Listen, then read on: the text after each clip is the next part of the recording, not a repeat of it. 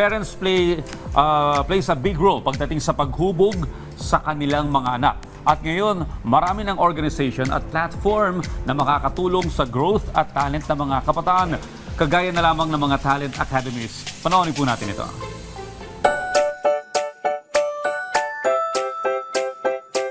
Nauhubog ang talento sa murang edad pa lamang. Kaya naman ito ang naging layunin ng isang samahang tinawag na Fire Talent Academy na layuning hubugin ang talento at patasin pa ang kumpiyansa sa sarili ng mga kabataan.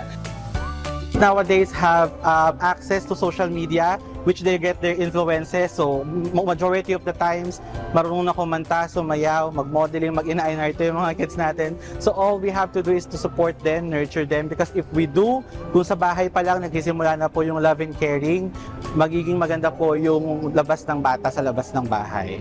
At sa unang pagkakataon, inilansad ang Fire Squad, isang social media series kung saan makikita ang talento ng mga kabataan.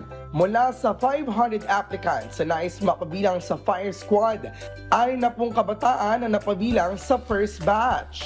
Will shine, they'll be able to get to perform, dance, act. So lahat po basically ng fun experiences, they get to share stories.